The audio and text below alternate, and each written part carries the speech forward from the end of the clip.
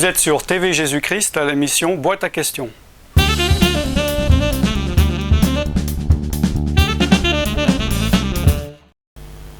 Aujourd'hui, je vais répondre à la question par rapport aux maisons hantées. Qu'est-ce que c'est? Quel est le phénomène?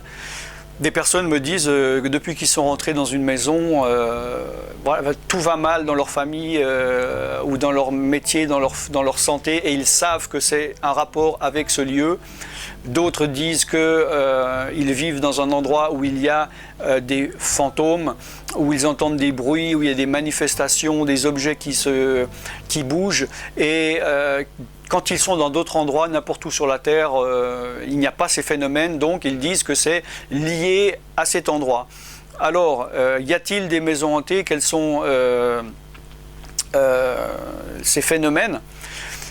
Ça dépend ce qu'on entend par hanté. C'est souvent dans le subconscient collectif, quand on parle de hanté, on pense à des fantômes, c'est-à-dire des esprits humains qui sont restés là. Nous savons que selon la Bible, les esprits, l'être humain, l'être spirituel intérieur humain, lorsqu'il meurt, il ne reste pas ici. Ça, ce sont des doctrines New Age et mystiques, bouddhistes, hindouistes. Hein, l'esprit va dans un lieu de repos en attendant le jour du jugement. Donc ce ne sont pas des esprits humains. Y a-t-il quelque chose? Les présences, oui, il se peut, et ce sont des esprits qui sont venus. Ils peuvent s'impersonnifier en des esprits de personnes humaines qui ont habité ces lieux. Donc ils peuvent manifester, ils ont eu un droit d'être là. Peut-être que la personne ou les personnes qui étaient là avant dans la maison ont fait du spiritisme, ont attiré des esprits, ont leur donné le droit d'être là. Et eux jouent sur la peur des gens, parce qu'en général, des maisons hantées, les gens ils les fuient, ils partent, et puis souvent on trouve des maisons où personne ne veut louer. Et ils sont contents parce qu'ils ont réussi à faire partir les gens.